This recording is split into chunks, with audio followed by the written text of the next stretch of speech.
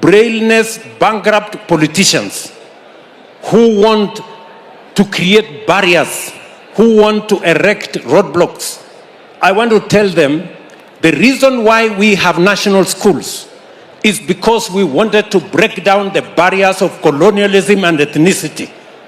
And we will not allow no politician, however desperate they may be, however bankrupt they may be, to erect new boundaries for our children.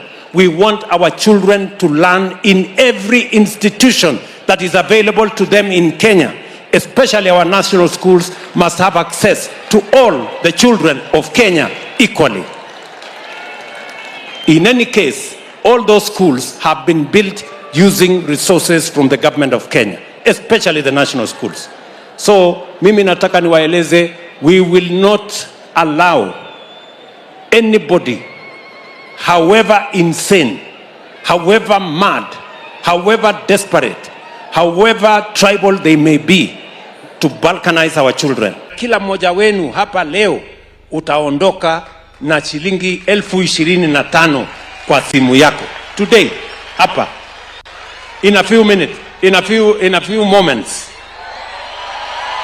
Yes.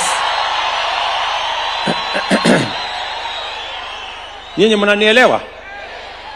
Nyinyi mnanielewa? Na tunafanya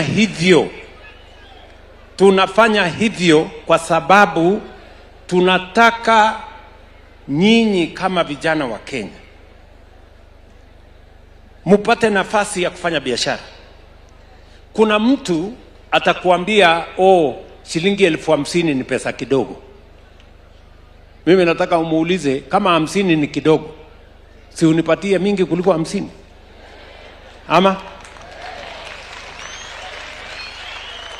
Ama tunaelewana namna gani? Si ndio? So, mimi nataka niwaeleze,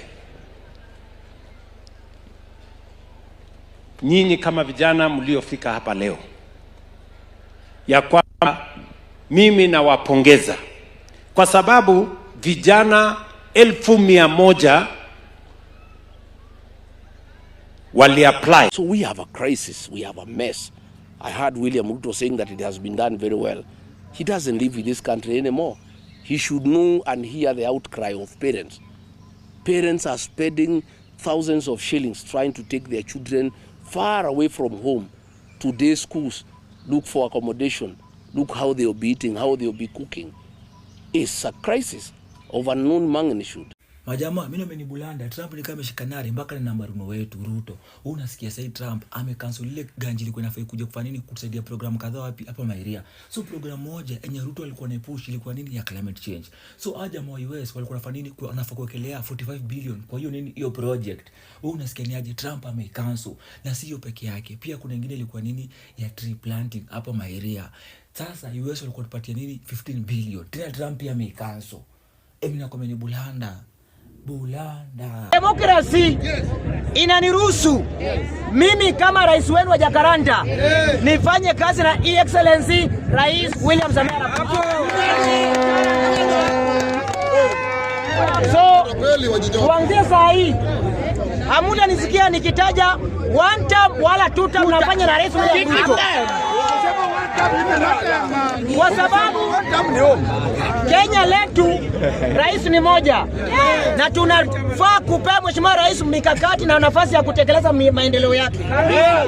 So ni juhudi yangu kurekebisha mheshimiwa rais, wala si kumtukana mheshimiwa rais. Pili, nataka nishukuru kwa sababu rais kama angekataa election isifanyike hapa haingefanyika kabisa. So lazima nichukue nafasi nishukuru Excellency William Ruto kwa nafasi hii ambayo ametupea, kwa sababu kama mheshimiwa rais kama angekuwa anataka demokrasi, maskari wetu hawangekuja kutulinda kabisa. So naambia mheshimiwa rais William Ruto, asante, na tunafanya kazi sako kwa babu.